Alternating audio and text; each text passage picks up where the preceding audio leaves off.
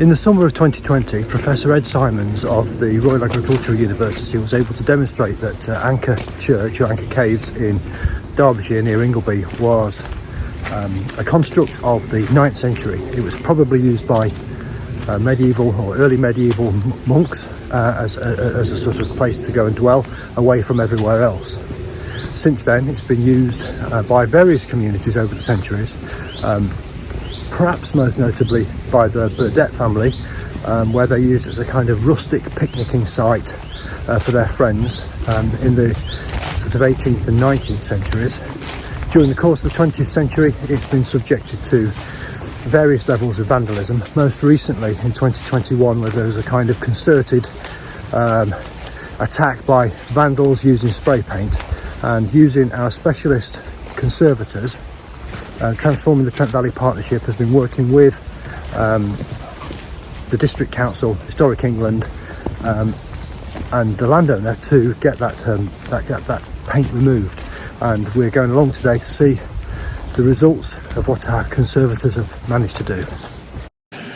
This is Anchor Church. This is the area to the east, the former chapel area, and as we pan around you can see the window apertures, which have been very much enlarged since the 9th century.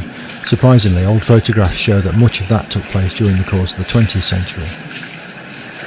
Here we come to the west of the main building and the entrance doorway, with a small, more originally sized window to the right, and then up the old steps, and let's have a look inside. Inside the structure we can see just how badly the caves have been defaced by graffiti. Our specialist conservators are setting up the paint removal equipment on site and are beginning the slow process of experimentation.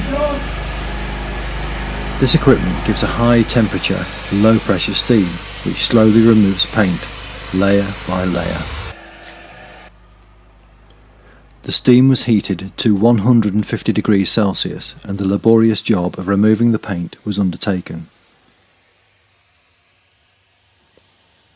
You can see the layers of graffiti slowly being removed, then it's a matter of spending days slowly clearing the paint.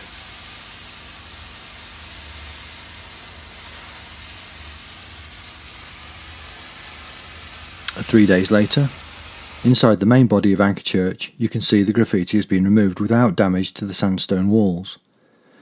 A short tour through the building shows what a great job the conservators have done, and all the paint is gone.